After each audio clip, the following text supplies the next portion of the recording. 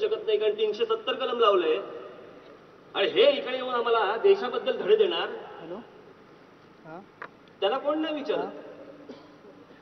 ते आपले फिरतायत, त्यांचा संचार चालू आहे संपूर्ण देशभर, यांना कोणीच विचारणार नाही. स्वाभिमान कसा असतो ना आपल्या भाषेबद्दल, आपल्या राज्याबद्दल.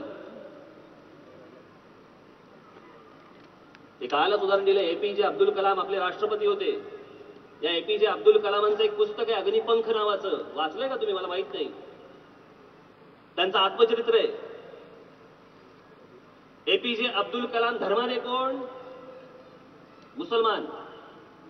पण याच अग्निपंख या त्यांच्या पुस्तकामधले पहिली ओळ आहे की एका अमुक एका गावामध्ये एका तमिळ कुटुंबात माझा जन्म झाला. एपीजे अब्दुल कलाम हे स्वतः मुसलमान असून देखील स्वतःच्या राज्याचा स्वाभिमान, राज्याचा अभिमान, आपल्या भाषेचा अभिमान इतका कडवट असतो की ते मुसलमान असून देखील स्वतः आत्मचरित्रात लिहिताना सांगतात की माझा एका तमिळ कुटुंबामध्ये जन्म झाला. एखादरी उत्तर भारतीय, उत्तर प्रदेशचा किंवा बिहारचा एका माणसाने सांगावं.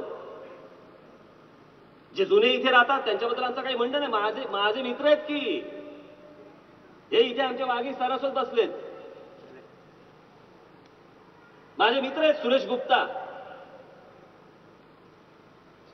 मुंबईच्या शिवाजी पार्कच्या साने गुरुजी महाविद्यालयामध्ये शिकले. अस्खलित अप्रतिम मराठी बोलतात. माझे असे अनेक मित्र आहेत.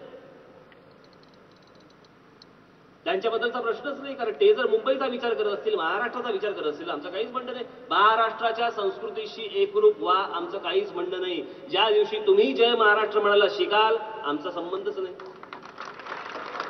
आम्ही कशाला बोलू तुमच्याबद्दल?